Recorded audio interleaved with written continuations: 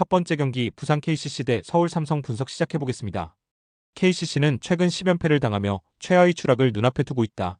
지난 시즌 엄청난 화력으로 리그 우승을 차지한 팀이었고 백투백 우승에 도전 중이었는데 부상자 이탈이 시즌 내내 발목을 잡고 있다. 최준용과 송규창이 꾸준히 나오지 못한 데다 라렌과 스미스의 외인 조합도 기대 이하다.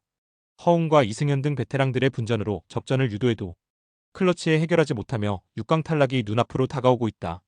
삼성은 직전 경기에서 모비스에 분패했다.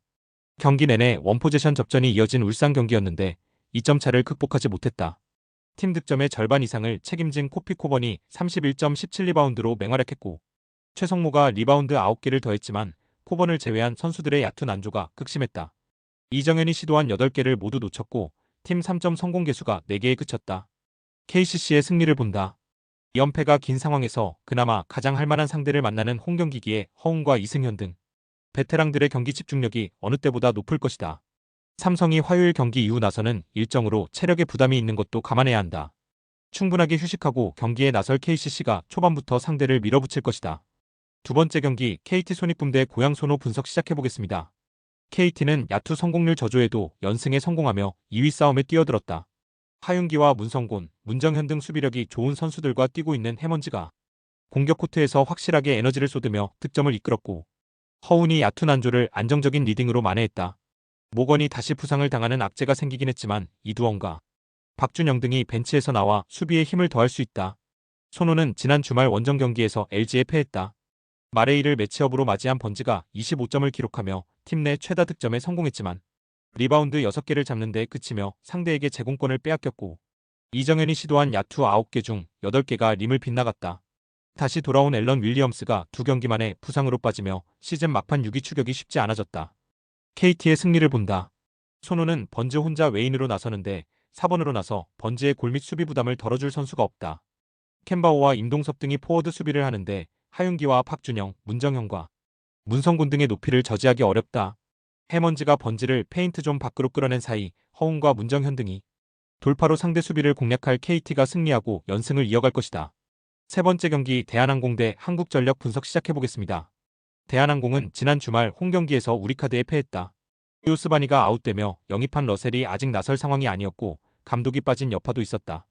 정한용과 정지석이 부진했지만 팀이 기대하던 임재영이 50%의 성공률로 12점을 해줬는데 외인 아포짓의 결장 여파가 컸다. 한전은 지난 주말 경기에서 삼성화재에 패했다. 외인 선수가 모두 빠진 최근에도 젊은 공격수들이 잘해주며 경쟁력을 유지 중이지만 승점 추가에 실패했다.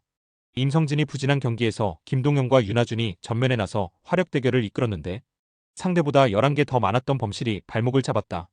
그래도 권영민 감독의 신뢰 아래 윤하준과 구교혁, 김동영 등이 핵심 자원으로 성장 중이다. 대한항공의 승리를 본다.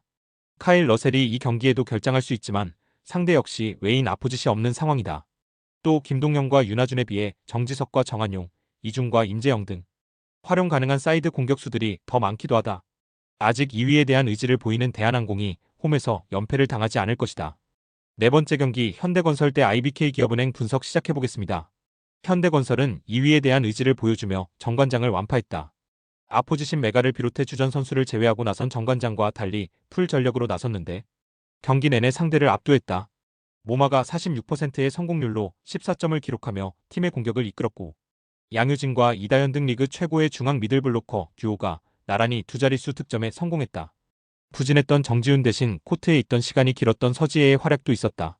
기업은행은 지난주 주말에 있었던 홈경기에서 도로공사에 패했다. 풀세트 접전이 펼쳐진 화성이었는데 5세트 주스 상황을 이겨내지 못했다. 플레이오프 진출 좌절에도 4위를 기록하기 위해 최선을 다했는데 5세트에 나온 범실 6개가 결정적이었다.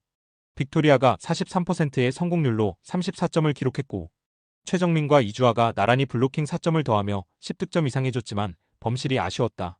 기업은행의 승리를 본다. 현대건설은 2위를 위해 중요한 경기였던 정관장전을 승리하며 플레이오프에서 홈 어드밴티지를 가져갈 가능성이 높아졌다. 때문에 플레이오프를 위해 다시 강성현 감독이 로테이션을 크게 가동하며 주전들의 출전 시간을 줄일 수 있다.